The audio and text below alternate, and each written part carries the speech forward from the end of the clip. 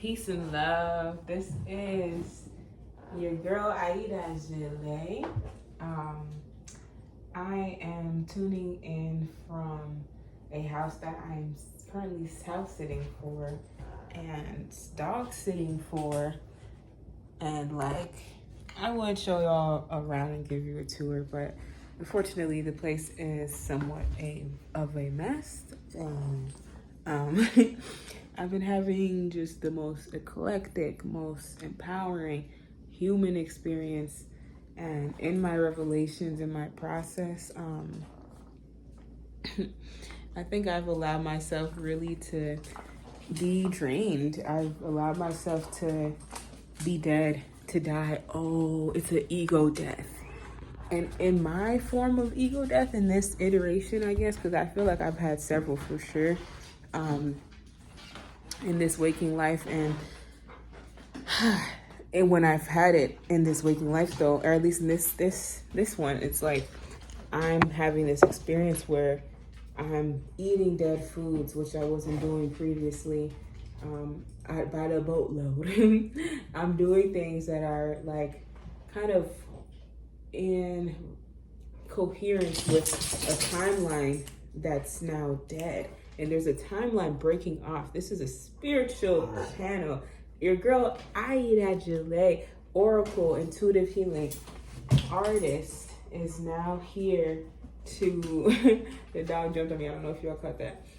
Is now here to really share and exclaim in real time what it looks like to kind of really go through that process of healing, of growing. And I'm terrified, but I'm really here to announce and talk about this, because what it is like I've even allowed myself to kind of be small again. Yeah, so I remember feeling like a few months ago, that I was ready to emerge, that I was ready to, be more boastful, more bold, more rapid, more full. Y'all do y'all thing. Hey, stop. Talk to these dogs. Yeah. However, I traveled, I, did something bold and full, and then, I found myself wanting to get small again, because I've had karmic past lives in these spaces where I've traveled to and where I've now communed with again. So yeah, I'm like getting emotional now, because what it is now is that I'm growing to the point where I'm finally able to just mature and say enough is enough. And I'm like letting go. And I know I'm gonna have like the most humbling experience out of being able to let go, out of being able to kind of just go into uncharted territory as I have, but even more so now, because I'm being called to really just reframe my reality, take heed, take heed, the best way to put it. And now I'm in the outdoors, so you can hear like all the bugs around me, all the sounds and the nature. And yeah, for me, I think a lot of times it comes down to like Confederation and like the Confederacy and all of these real like strategic points that are kind of placed into this paradigm. Not to say that I'm trying to run away from colonialism or anything, but this is kind of just what I've been processing, like that I'm evolving, and that like a lot of these structures actually don't resonate. And when I think about like who I am and how parts of my identity in this waking life are being strategically kind of like baited. Yeah, that's how I would put it. Being baited constantly. The Black woman is the top consumer of America. I will repeat, the Black woman is the top consumer of America. I don't want to be. I don't want to be. For one, all there is to consume is cheap ass, fake ass products that really haven't really helped me like consolidate or reconcile with what it is that I want to live, like the reality that I want to live. Behind me here, you see my car. It's an SUV. I'm going to be putting it out for sale, just so that I can continue my travels, because they haven't stopped. I've been in a summer home, basically taking a retreat of my own, like a self-prescribed sabbatical respite, so I thought that I would actually travel back to the place that I was born, Minneapolis, Minnesota, and like kind of just pick up from there. I also thought that I would just like come to the point where I would just say, okay, enough is enough. Like, I have found like the place I want to be, and this is going to be enough for me for like forever.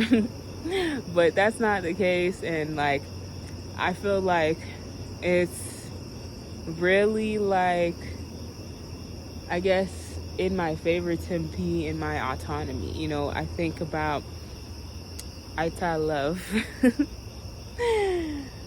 vitality, and kind of just like authentic, transparent experience. And I feeling like I'm coming to a close with this, but what I will say is that I am like fully ready to just kind of just like be myself, like, cause like, I don't know, I feel like in this reality, especially as a multi-ethnic person, I feel like I'm constantly like minimizing myself, or like not necessarily bringing myself down, but kind of just not making it known who I am fully, and what I bring to the table fully. And I know who I am fully, and what I bring, and who I'm meant to serve. Wow. And so that's like where we come full circle, right? Because I think after 2020, things started to look differently to me in this reality, right? Not that I wasn't still politically aligned where I was, where I have been, but really it was just like I wanted to understand my impact. I wanted to understand some greater I see a huge spider, so that's confirmation. Some greater questions maybe I had for myself, right? And for my life. So I started working as a teaching artist, and that experience, I guess I'm not wrapping up. Hold on. So another story time. That experience working as a teaching artist really brought me to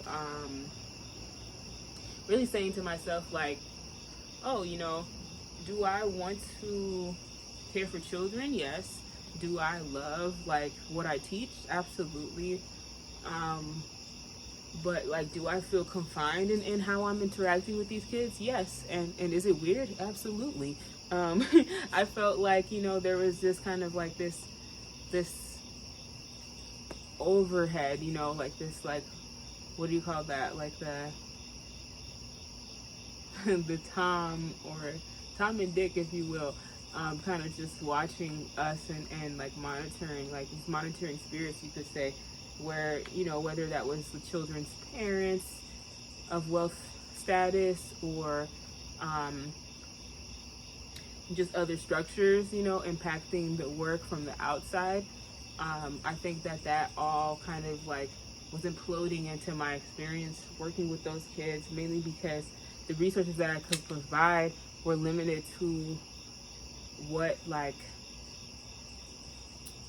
was kind of like structured in place already, and it wasn't my entity. So working in that environment and being like kind of the odd one out ethnically and everything as per usual, it was kind of like a bummer that I couldn't like fully express and show them more about what I know to be true about art, or what I know to be true about life, because you can't, there's only so much you can tell kids in certain environments, right, about their reality, because someone might think something of you, or like that you're trying to bring ill elements to a kid's mind, but when you're of that like cultural background, when you're in space with people that are culturally attuned to you and trust you in that capacity, that's not really a question. That's not really like a debate where it's like,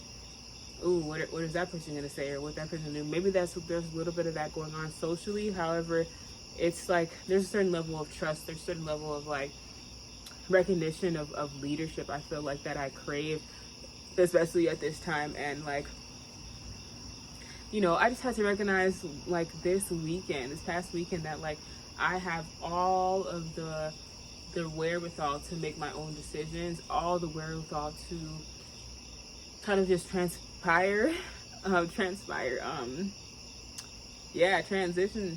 into whatever I need to really transition into, especially when it comes to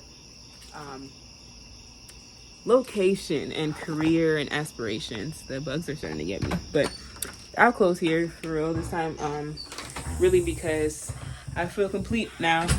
Like,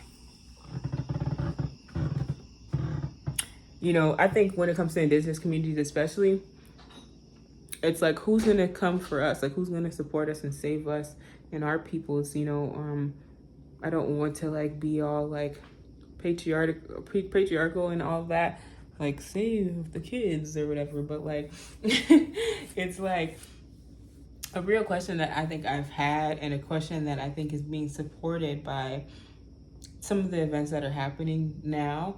And I don't feel like I'll ever be in harm's way, honestly. I think my privilege in this life is that I constantly have support. I constantly have everything I need. And when I consider the fact that there are others who aren't having people like me advocate for them, that actually does make me feel low. That makes me feel sad. That makes me feel feelings that I can't necessarily reconcile, not exactly from the location that I'm currently in. Therefore, you do the math. All right, I'll leave you at that. Thank you so much for tuning in to Vibrant Hues LLC.